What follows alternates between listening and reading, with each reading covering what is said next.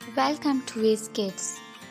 एक दफ़ा का जिक्र है कि एक खूबसूरत गांव में एक दाना दादा जान रहते थे। उनका नाम था रहमत। उनके साथ उनका छोटा सा नवासा अली और उनकी प्यारी भेड़ मुन्नी रहते थे। दादा रहमत और अली रोज़ हरे बड़े मैदान में चलते जहां मुन्नी खुशी खुशी उछलती कूदती। मुन्नी अली की सबसे अच्छी दोस्त थी। एक दिन दोपहर को हल्की हवा चल रही थी। दादा रहमत अली और मुन्नी को एक बड़े दरख्त के नीचे ले गए।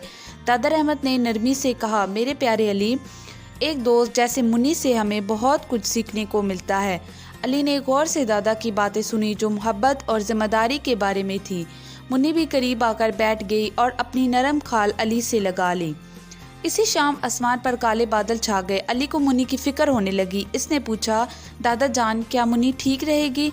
दादा रहमत ने कहा, अपने दोस्त पर भरोसा रखो बेटा। रात को जब जोर की बारिश हुई तो अली चुपके से मुन्नी को देखने गया। इसने देखा कि मुन्नी आराम से बैठी थी, जैसे उसे पता हो कि अली उसके साथ है। अगली सुबह बारिश रुक चुकी थी और हर चीज़ साफ शफाफ लग रही थी।